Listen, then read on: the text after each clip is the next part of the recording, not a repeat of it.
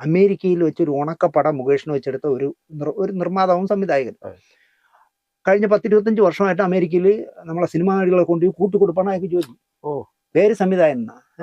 അയാളുടെ പടത്തിന്റെ പേരും കൂടെ ചേർത്താണ് അയാളെ അറിയപ്പെടുന്നത്. 10-74 വയസ്സായി കാളയ്ക്ക്. പക്ഷേ 15 വയസ്സ് മുതൽ 10-25 വയസ്സ് വരെയുള്ള ഒരു 100 പെൺകുട്ടികളെ കൊണ്ടുവന്ന് ബ്ലൂ ഫിലിം ഷൂട്ട് ചെയ്യുമ്പോൾ ഷൂട്ടിങ്ങും വ്യഭിചാരവുമാണ്. ആ പടത്തിൽ വർക്ക് ചെയ്ത ഒരാള് സംസ്ഥാന മുഖ്യമന്ത്രിക്ക് വരെ പരാതി കൊടുത്തു. മുഖ്യമന്ത്രിക്ക്, ADGPക്ക്, DGPക്ക്, സ്ഥലം SIക്ക് വരെ, CIക്ക് വരെ. CIക്ക് കൊടുത്ത പരാതി CI എടുത്ത് ഈ പരാതിക്കാരന് കൊടുത്തു. നിങ്ങളെ പറ്റി ഇങ്ങനെ ഒരു പരാതി വന്നിട്ടുണ്ട്. കാരണം ഈ CIയും ചിലപ്പോൾ പങ്കുപറ്റായിരിക്കും. അപ്പൊ മലയാള സിനിമ എന്ന് പറഞ്ഞാൽ കൂട്ടിക്കൊടുക്കാനുള്ളതല്ല.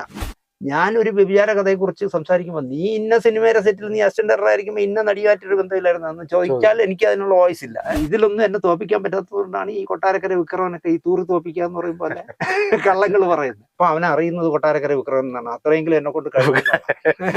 ഗാന്ധി ഭവനിൽ, പത്തനാപുരത്ത് ഗാന്ധി ഭവനിൽ പോയ സുരേഷ് ഗോപി അവിടെ വെച്ചൊരു പെൺകുട്ടി ഒരു പേരത്തൈ കൊടുത്തു. ആ പേരത്തൈ കൊടുത്തപ്പോൾ സുരേഷ് ഗോപി പറഞ്ഞു, മോക്ക് ഭാഗ്യമുണ്ടെങ്കിൽ ഞാനിത് പ്രധാനമന്ത്രിക്ക് കൊടുക്കും. അമ്മയുടെ പ്രായമുള്ളവർക്ക് 1 രൂപയും കൊടുത്തിട്ട് കാലം നീട്ടി വെച്ചിട്ട് തൊഴു എന്ന് പറഞ്ഞ് ഈ ചെറ്റത്തരത്തെ കുറിച്ചും പറയുന്നുണ്ട്. രണ്ടും സുരേഷ് ഗോപിയാവും. അത് പേരത്തെ കൊണ്ടും സുരേഷ് ഗോപിയാണ്. ഈ കാല് നീട്ടി വെച്ച് കൊടുത്തിട്ട് തൃശ്ശൂർ 10 വോട്ട് പിടിക്കാൻ വേണ്ടി തള്ളേരെ ഒരു മനുഷ്യന്റെയും കാലെ പിടിക്കാൻ സമ്മതിക്കില്ല. അടുത്ത കാലത്ത് ഞാൻ പിണറായി വിജയൻ 30ഓളം സെക്യൂരിറ്റി വാഹനങ്ങളുമായി യാത്ര ചെയ്യുന്നത് എനിക്ക് നാണം തോന്നുന്നുള്ള എപ്പിസോഡും ഞാൻ. എന്നെ സിബി മലയിലും കമലും സിദ്ദിഖും ഈ ഉണ്ണികൃഷ്ണനും കൂടെ ചേർന്ന് ഒരു നല്ല പറ്റിപ്പോയി. 19 യൂണിയനുകളുടെ കോർഡിനേഷനായ ഫെഫ്കയെ കൊണ്ടു നടക്കണമെങ്കിൽ ഒരു ഉണ്ണികൃഷ്ണൻ വിചാരിച്ചാലേ നടക്കുള്ളൂ. അത്രയും ക്ഷമയുള്ള ആരുമില്ലെന്നേ. ഞാൻ വാസ്തവത്തിൽ എനിക്ക് ഉണ്ണിയെ ഇഷ്ടമാണ്. കാരണം ഉണ്ണിക്കേ കഴിയുള്ളന്നേ ഈ ട്രേഡ് യൂണിയൻ കൊണ്ടു കിടക്കാൻ. അല്ലാതെ അതിനിപ്പോൾ ചെയർമാനായിരിക്കുന്ന സിബി മലയിൽ വാ തുറക്കൂല. ഒരു ഭംഗിക്ക് കൊണ്ടിരുത്താന്നുള്ളേ ഉള്ളൂ. അപ്പോൾ ഇവരെ എല്ലാവരും കൂടെ ബാലൻസ് ചെയ്തുകൊണ്ട് ഒരു ഇടവേള ബാബുവിനെ കഴിയൂ.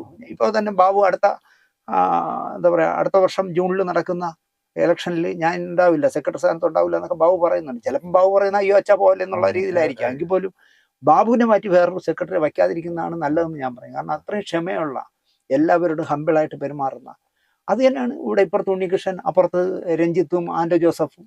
ഇതൊക്കെ ആ സംഘടനയുടെ തലപ്പത്ത് വരുമ്പം തന്നെ നമുക്കറിയാം അത് നന്നായിട്ട് കൊണ്ടുപോകാൻ കഴിയുന്നവരാണ്. ഇപ്പൊ ആരോടെങ്കിലും ഉടക്കുമോ? ആരുടെയും ഉടക്കില്ല. വളരെ ഹമ്പിളായിട്ട് ചെയ്യേണ്ട കാര്യങ്ങൾ ചെയ്യും. അതുപോലെ തന്നെ നല്ല മനസാക്ഷിയുള്ളവനാണ് രഞ്ജിത്ത്. ഞാൻ പലപ്പോഴും അല്ലെങ്കിൽ രഞ്ജിത്ത് എത്ര ഹമ്പിളാണ്. അയാളുടെ ഒരു ചിരിയിൽ നമ്മൾ എന്തെങ്കിലും അയാളെ വിമർശിച്ചാൽ പോലും അയാൾ ആ ചിരിയിൽ നമ്മളെ ഒതുക്കിക്കളയും. അപ്പം അങ്ങനെയുള്ളവരൊക്കെയാണ് സംഘടനയുടെ തലപ്പത്ത് വരേണ്ടത് എന്ന് വിശ്വസിക്കുന്ന ഒരാളാണ് ഞാൻ. അതുകൊണ്ട് തന്നെ എനിക്ക് ഉണ്ണികൃഷ്ണനോട് ഒരു കുടിപ്പകയുമില്ല ഒരാളാണ്. രാഷ്ട്രീയത്തിലൊക്കെ പോയ ആൾ ചിലപ്പം ഇന്ത്യൻ അംബാസഡറായിട്ടൊക്കെ പാകിസ്ഥാനിൽ വിട്ട യുദ്ധം പോലും ഇല്ലാതെ കേസ് ഒതുക്കി തരും ഉണ്ണികൃഷ്ണൻ. അപ്പൊ അതുകൊണ്ട് ഒരു റിട്ടയർഡ് DSP ഇല്ലേ, SP എന്ന് പറഞ്ഞ് നടക്കുന്ന ഒരു കള്ളൻ, അയാള് എന്നെയും കൂടെ ഒരു കാർ കയറ്റി വിട്ടാൽ മിക്കവാറും കാറിനകത്ത് വെച്ച് ചവിട്ട് നടക്കും. ഇപ്പൊ തന്നെ ഇവിടെ ആരൊക്കെയോ പറഞ്ഞ് നടക്കുന്നുണ്ട്, മനോരമേരെ ഫ്ലോറിലിട്ട് എന്നെ അയാള് ചെവരി ചേർത്ത് ഇത് ഇടിച്ചു. എന്നെ ചെവരി ചേർത്ത് അയാൾ എന്നെക്കാൾ പൊക്കം കുറവാ, ഞാൻ ഒരൊറ്റ ചവിട്ടി തീർക്കും. ദിലീപിന്റെ ചർച്ചയ്ക്ക് മാത്രം 118 മണിക്കൂർ, അതായത് 118 ദിവസം പോയ ആളാണ് എന്റെ പെട്രോൾ അടിച്ചു. എന്നോട് ഒരാൾ ഈ പറഞ്ഞ ചർച്ചകളിൽ ഒരാൾ പറഞ്ഞാണ് മാസം എത്ര രൂപ വെച്ച് വാങ്ങിച്ചു തന്നാൽ ദിലീപിന് അനുകൂലമായി ചാനലിൽ സംസാരിക്കാം. വളരെ സൂക്ഷ്മമായി ദിനേശ് ചേട്ടന്റെ എപ്പിസോഡുകളും ദിനേശ് ചേട്ടൻ എന്ന് പറയുന്ന വ്യക്തിയും അവർ വളരെ ഇഷ്ടപ്പെടുകയാണ്. അതുകൊണ്ട് ആണ് അങ്ങനെ ആ ഒരു കോള് രാത്രി എനിക്ക് വന്നത്. ഇപ്പൊ ദിനേശ് ചേട്ടനെ സംബന്ധിച്ച് എല്ലാ മേഖലകളിലും എവിടെയെങ്കിലും ഒരു തെറ്റ് കാണുകയാണെങ്കിൽ ദിനേശ് ചേട്ടൻ അത് ചൂണ്ടിക്കാണിക്കും. ഈ ചൂണ്ടിക്കാണിക്കുമ്പോഴും ആരാധകർ കൂടിക്കൊണ്ടിരിക്കുകയാണെന്ന് ഞാൻ പറഞ്ഞ ദിനേശ് ചേട്ടൻ അതെങ്ങനെ നോക്കിക്കാണും? അത് ഈ യൂട്യൂബോ വാട്സാപ്പോ ഫേസ്ബുക്കോ ഒന്നും വന്നപ്പോഴല്ല, കുട്ടിക്കാലത്തെ അങ്ങനെ ശീലിച്ചു പോയതുകൊണ്ടാണ് തെറ്റ്. അതിപ്പോൾ എൻ്റെ അമ്മ എന്താ പറയുക, 2.5 വയസ്സിൽ അനിയൻ 2.5 വയസ്സും എനിക്ക് 3.5 വയസ്സുള്ളപ്പോൾ അച്ഛൻ മരിച്ചതാണ്. അത്രയും പുനർവിവാഹമൊക്കെ നടത്താൻ ബന്ധുക്കളെല്ലാവരും പറഞ്ഞിട്ട് പോലും കേൾക്കാതെ ഞങ്ങൾക്ക് വേണ്ടി ജീവിച്ച അമ്മയാണ്. പക്ഷെ ആ അമ്മ പോലും ഒരു കൊച്ചു പ്രശ്നത്തിൽ എന്തെങ്കിലും എനിക്ക് തോന്നുന്ന ശരിയല്ലാന്ന് തോന്നുന്ന ഒരു കാര്യം പറഞ്ഞാൽ ഞാൻ അപ്പോൾ ഉടക്കും, വഴക്ക് പറയും. അമ്മയെ ജീവിതത്തിൽ കരയിപ്പിക്കരുതെന്ന് വാശിയുള്ള ആളാണ്. പക്ഷെ ഞാൻ ഒരുപാട് പ്രാവശ്യം അമ്മയെ കരയിപ്പിച്ചിട്ടുണ്ട്, അതിന് പശ്ചാത്തപിച്ചിട്ടുണ്ട്. പക്ഷെ പ്രശ്നം എന്ന് പറഞ്ഞാൽ എനിക്ക് ശരിയല്ലാത്ത കാര്യങ്ങൾ എന്ത് ചെയ്താലും, അതിപ്പോൾ അമ്മയായാലും എൻ്റെ ആത്മഹത്യ ചെയ്ത എൻ്റെ അനിയനായാലും എൻ്റെ സിനിമയിൽ ഞാൻ ആദ്യമായി തുടക്കം കുറിച്ച സംവിധായകനായാലും, തെറ്റ് ചെയ്താൽ എൻ്റെ ഒരുപാട് പേര് ചോദിച്ചിട്ടുണ്ട്, നിങ്ങളെ ആദ്യമായിട്ട് സിനിമയിൽ കൊണ്ടുപോയ ആളിനെ കുറിച്ച് മോശം പറഞ്ഞാൽ നിങ്ങൾക്ക് അതിൻ്റെ ഗുരു നിന്ന് കിട്ടില്ല. ഞാൻ ഒരു പുല്ലും കിട്ടില്ല. കാരണം എന്താ പറയുക, ഗുരു ആദ്യം കറക്റ്റായിരിക്കണം, അല്ലാതെ ഗുരു പോക്കൃത്തിനെ കാണിക്കുള്ളൂ പറഞ്ഞാൽ അതാണ് പ്രശ്നം. അപ്പോൾ അതുകൊണ്ട് ഇത് മനഃപൂർവ്വം നമ്മൾ ഉണ്ടാക്കുകയോ അല്ലെങ്കിൽ ആളുകൾ കാണാൻ വേണ്ടി ഓരോ കാരണങ്ങൾ ഉണ്ടാക്കുന്നതല്ല. ഇപ്പം തന്നെ ഇപ്പോൾ കഴിഞ്ഞ ആഴ്ച ഞാൻ ചെയ്തത് കണിച്ചുകുളങ്ങരയിൽ ഒരു സിനിമ ഷൂട്ട് ചെയ്തു. അമേരിക്കയിൽ വെച്ചൊരു ഉണക്കപ്പടം മുകേഷിന് വെച്ചെടുത്ത ഒരു നിർമ്മാതാവും സംവിധായകൻ.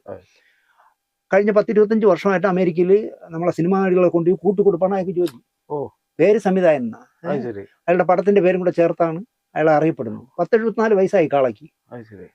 പിന്നെ തിരുവനന്തപുരത്തുകാരനായ ഒരു പാവം മനുഷ്യന്റെ മകൻ ഒരു ക്യാമറാമാനായി മദ്രാസിൽ പോയി സ്റ്റിൽ ഫോട്ടോഗ്രാഫറായി, ക്യാമറാമാനായി, പിന്നെ സംവിധായകനായി. ഷക്കീലെ വെച്ചൊക്കെ ഒരുപാട് സിനിമ ചെയ്തൊരു സംവിധായകൻ. ഇവർ രണ്ടും കൂടെ ചേർന്നിട്ട് കണിച്ചുകുളങ്ങരയിൽ ഒരു അമ്പലത്തിന്റെ മുന്നിലുള്ള ഒരു ലോഡ്ജിൽ റൂം എടുത്തിട്ട് ഒരു സിനിമ അങ്ങ് ഷൂട്ട് ചെയ്യുന്നു.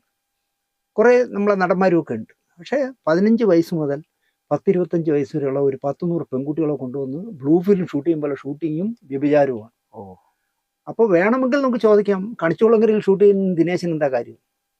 അപ്പോൾ ആ പടത്തിൽ വർക്ക് ചെയ്ത ഒരാൾ സംസ്ഥാന മുഖ്യമന്ത്രിക്ക് വരെ പരാതി കൊടുത്തു. മുഖ്യമന്ത്രിക്ക്, ADGPക്ക്, DGPക്ക്, സ്ഥലം SIക്ക് വരെ, CIക്ക് വരെ. CIക്ക് കൊടുത്ത പരാതി CI എടുത്ത് ഈ പരാതിക്കാരന് കൊടുത്തു. നിങ്ങളെ പറ്റി ഇങ്ങനെ ഒരു പരാതി വന്നിട്ടുണ്ട്. കാരണം ഈ CIയും ചിലപ്പോൾ പങ്കുപറ്റായിരിക്കും. അപ്പോൾ ഇങ്ങനെ ഒരു വാർത്ത കേട്ടാൽ ഞാൻ പിന്നെ മുൻപിനെ ആലോചിക്കില്ല. ഈ 2 പിമ്പുകളെ കുറിച്ചും ഒരു എപ്പിസോഡ് അങ്ങ് ചെയ്തു. നാളെ ഈ സ്റ്റോറിയാണ് വരുന്നുണ്ടെങ്കിൽ ഇന്ന് അയാൾ അമേരിക്കയ്ക്ക് മുങ്ങിക്കളഞ്ഞു.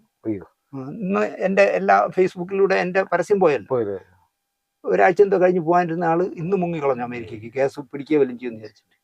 മറ്റോ മദ്രാസിലേക്കും പോയി. അപ്പോൾ മദ്രാസിൽ പോയവനെ എല്ലാവർക്കും അറിയാം, ഈ അമേരിക്കയിൽ പോയവനെ അറിയാം. അമേരിക്കയിൽ നിന്ന് നിങ്ങൾ സാബു പറഞ്ഞ പോലെ തന്നെ ഒരു 10-15 പേരെങ്കിലും എന്നെ വിളിച്ചു, ചേട്ടാ നിങ്ങൾ പറഞ്ഞ ആ പിമ്പെന്ന് പറഞ്ഞ മറ്റേ അയാളെ കളയല്ലേ? അവനതെ, അയ്യോ അയാളെ ഞങ്ങൾ അമേരിക്കയിൽ തള്ളിക്കളഞ്ഞിരിക്കുന്ന ഒരുത്താണ്. കാരണം അവൻ ഇവിടെ കൂട്ടിക്കൊടുപ്പാണ് അവൻ്റെ ജോലി. അപ്പം മലയാള സിനിമ എന്ന് പറഞ്ഞാൽ കൂട്ടിക്കൊടുക്കാനുള്ളതല്ല. ഞാൻ 10-40 വർഷം ആഹാരം കഴിച്ചത് മലയാള സിനിമയിലാണ്. അതുകൊണ്ട് തന്നെ ഞാൻ അതിൽ പ്രതികരിക്കും. പക്ഷേ പ്രതികരിക്കുമ്പോൾ ചിലർ ചോദിക്കും, അയാൾ വിചാരിക്കുന്നത് നിങ്ങൾക്ക് എന്താ, അയാൾ ബ്ലൂ ഫിലിം ഷൂട്ട് ചെയ്യണമെങ്കിൽ നിങ്ങൾക്ക് എന്താ? അതിനെന്താ മറുപടി പറയുക? എൻ്റെ ശരികൾ ഞാൻ പറയും. അതിലെന്ത് നഷ്ടം വരും, എന്ത് ലാഭം വരും എന്ന് ഞാൻ നോക്കാറില്ല. പിന്നെ ഇവരൊക്കെ ഉള്ളൊരു കുഴപ്പം എന്താണെന്ന് വെച്ചാൽ, തിരിച്ച് ദിനേശിനോട് ഇപ്പോൾ എറണാകുളത്തൊരുത്തുണ്ടല്ലോ, കൊട്ടാരക്കര മുത്തു എന്ന് പറഞ്ഞ വിക്രമ ഇങ്ങനെ എന്നെ പറ്റി ഇങ്ങനെ പറഞ്ഞുകൊണ്ടിരിക്കും. എൻ്റെ ഭാര്യ നടിയായിരുന്നു, പിന്നെ ഞാൻ ഇവിടെ മണക്കാട് ടൂറിസ്റ്റ് ഹോമിൽ ഷൂട്ടിംഗ് നടക്കുന്നതിനിടയിൽ എന്താ പറയുക, അവിടുന്ന് ആൾക്കാരെല്ലാം അവിടെ പിടികൂടിയപ്പോൾ ഡ്രസ്സ് പോലും ഇടാതെ ഓടിക്കളഞ്ഞു എന്നൊക്കെ പറഞ്ഞ് എൻ്റെ കഥകൾ ഇങ്ങനെ ഉണ്ടാക്കും. പക്ഷെ ഞാൻ ഇത് മുഴുവൻ കേട്ട് ചിരിച്ചോണ്ടിരിക്കും. എന്താ അറിയോ, ആർക്ക് സംശയം തോന്നിയില്ല, എനിക്ക് സംശയമില്ലല്ലോ.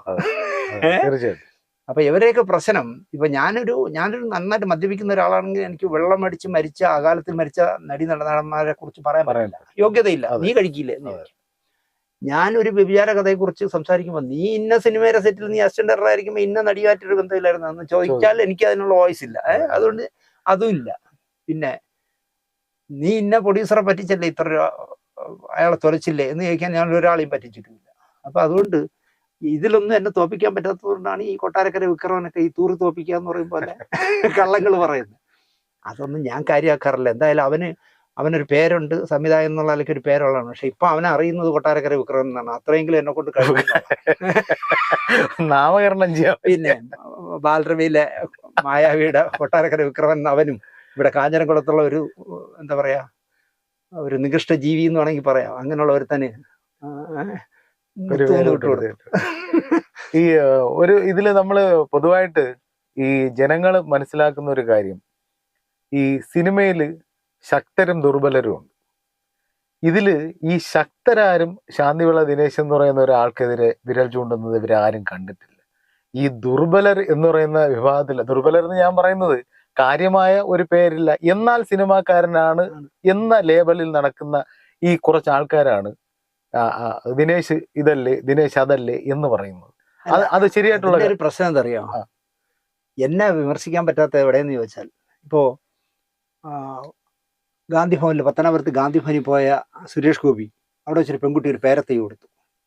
ആ പേരത്തൈ കൊടുത്തപ്പോൾ സുരേഷ് ഗോപി പറഞ്ഞു, മോക്ക് ഭാഗ്യമുണ്ടെങ്കിൽ ഞാനിത് പ്രധാനമന്ത്രിക്ക് കൊടുക്കും. അപ്പം ഞാൻ വിചാരിച്ചത് വെറുതെ പറഞ്ഞതാണ്.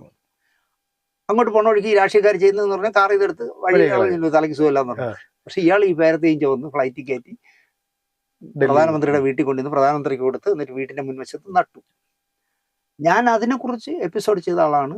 അമ്മയുടെ പ്രായമുള്ളവർക്ക് 1 രൂപയും കൊടുത്തിട്ട് കാലം നീട്ടി വെച്ചിട്ട് തൊഴു എന്ന് പറഞ്ഞ് ഈ ചെറ്റത്തരത്തെ കുറിച്ച് പറയുന്നുണ്ട്. രണ്ടും സുരേഷ് ഗോപിയാവും. അത് പേരത്തെ കൊണ്ടും സുരേഷ് ഗോപിയാണ്. ഈ കാല് നീട്ടി വെച്ച് കൊടുത്തിട്ട് തൃശ്ശൂർ 10 വോട്ട് പിടിക്കാൻ വേണ്ടി തള്ളേരെ ഒരു മനുഷ്യന്റെയും കാലെ പിടിക്കാൻ സമ്മതിക്കരുത്. ഞാൻ സമ്മതിക്കില്ല. എന്റെ കാലത്തുള്ള ഒരാളെയും, എൻ്റെ അസിസ്റ്റന്റ് ഡയറക്ടറൊക്കെ വർക്ക് ചെയ്യാൻ വന്ന ഒരാളിൻ്റെയും കാല് ഞാൻ പറയാം ആരും പരമാവധി കാല് തൊട്ട് പിടിക്കരുത്. ഇത് ഇങ്ങനെ കാറിൽ ഇരുന്നിട്ട് ക്യാമറയൊക്കെ സെറ്റ് ചെയ്ത് വെച്ചിട്ട് ഒരു കുറേ എണ്ണത്തിന് 1 രൂപ വെച്ച് കൊടുക്കുക, കാല് കിട്ടുക, തൊഴുതോ. ഇതൊക്കെ പഴയ ഒന്നാമത് അയാൾ മറ്റേ എന്താ പറയാ അടുത്ത ജന്മം പൂണൂലിട്ട് ജനിക്കണമെന്ന് പറഞ്ഞ ആളാണ്. അപ്പൊ പിന്നെ ഈ കാല് തൊട്ട് വീഴണമെന്നും പുള്ളിക്ക് തെറ്റെന്ന് തോന്നില്ല, പക്ഷെ എനിക്ക് തെറ്റൊന്നും. ഏതൊരു കല്യാണ മണ്ഡപത്തിൽ എനിക്ക് തോന്നുന്നു ഗോപാലകൃഷ്ണന്റെ മകന്റെ ആരുടെയോ കല്യാണ മണ്ഡപത്തിൽ വെച്ച് സുരേഷ് ഗോപി എടാ മഴക്കാളി എന്ന് പറഞ്ഞ് എന്റെ കൈ കയറി പിടിച്ചു. നമ്മള് ശരിയും പറയുക തെറ്റും പറയുക, അല്ലാതെ മനുഷ്യരല്ലേന്ന് തെറ്റും ശരി ഇല്ലാത്തവരില്ലല്ലോ. അപ്പൊ നമ്മൾ രണ്ടും പറയുന്നു, അല്ലാതെ ഞാൻ ഒരാളിനെയും ബൂസ്റ്റ് ചെയ്യാനായിട്ട് എല്ലാ കഥകൾ ഉണ്ടാക്കുകയും ഒരാളെ നശിപ്പിക്കാനായി കള്ളക്കഥ പറയുകയും ചെയ്യുന്നില്ല. എനിക്ക് തോന്നുന്നു എന്റെ ലൈറ്റ്സ് ക്യാമറ ആക്ഷൻ എന്ന് പറഞ്ഞ എന്റെ ആ യൂട്യൂബ് ചാനലിന്റെ വിജയവും അതാണ് തോന്നുന്നത്.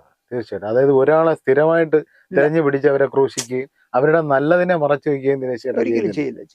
ഈ കാല് പിടിക്കാൻ സമ്മതിക്കില്ല, അല്ലെങ്കിൽ കാല് പിടിക്കുന്നത് തെറ്റാണ് എന്ന് പറയുന്നത് ദിനേശന്റെ ഉള്ളിൽ ഒരു കമ്മ്യൂണിസ്റ്റുകാരൻ ഉള്ളിലല്ല, ഞാൻ കമ്മ്യൂണിസ്റ്റുകാരനാണ്. ഒരു വലിയ കോൺഗ്രസ് കുടുംബത്തിൽ നിന്ന് കമ്മ്യൂണിസ്റ്റുകാരനായതാ. അതെ, അവിടെ തന്നെ റിബലായിട്ട് ആ കുടുംബത്തിൽ. ഈ അടുത്ത കാലത്ത് ഞാൻ പിണറായി വിജയൻ 30ഓളം സെക്യൂരിറ്റി വാഹനങ്ങളുമായി യാത്ര ചെയ്യുന്നത് എനിക്ക് നാണം തോന്നുന്നുള്ള എപ്പിസോഡും ഞാൻ ചെയ്തു. അല്ല, നമ്മൾ കണ്ടിട്ടുണ്ട്, അത് ദിനേശന്റെ ചാനലിലും അല്ലാതെ കൊടുക്കുന്ന ഇന്റർവ്യൂകളിലൊക്കെ കണ്ടിട്ടുണ്ട്. കാരണം വ്യക്തമായി ഒരു കമ്മ്യൂണിസ്റ്റുകാരനായിട്ട് ജീവിക്കുമ്പോഴും ആ കമ്മ്യൂണിസത്തിനകത്തുള്ള നേതാക്കന്മാരെ തിരഞ്ഞു പിടിച്ച് അവിടെ. ഞാൻ അതുകൊണ്ടാണ് കഴിഞ്ഞ 5 വർഷം സാംസ്കാരിക ക്ഷേമനിധി ബോർഡിന്റെ ഡയറക്ടറായി. പക്ഷെ അവിടെ ഇരുന്നുകൊണ്ട് ഞാൻ AK ബാലൻ ഒരുപാട് വിമർശിച്ചു പ്രോഗ്രാമുകളിൽ. അപ്പൊ എനിക്ക് തോന്നി നമ്മൾ ഇനി അങ്ങനെ ചെയ്യുന്നത് ശരിയല്ല. അതുകൊണ്ട് ഞാൻ ഇത്തവണ ഒരു സർക്കാരിന്റെ ഒന്നിനും പുറകെ പോയില്ലല്ലോ. എനിക്കൊരു എന്തെങ്കിലും ഒരു സീറ്റ് തരൂ. ഇവിടെ ഓരോരുത്തർ എന്താ പറയാ അവസാന ആഗ്രഹം എന്ന് പറഞ്ഞ് പലരും നടപ്പുണ്ട്. ഒരു ഡയറക്ടർ ബോർഡിൽ നമ്മൾ പോയിട്ടില്ല. അതുപോലെ തന്നെ ഏത് കാര്യത്തിലായാലും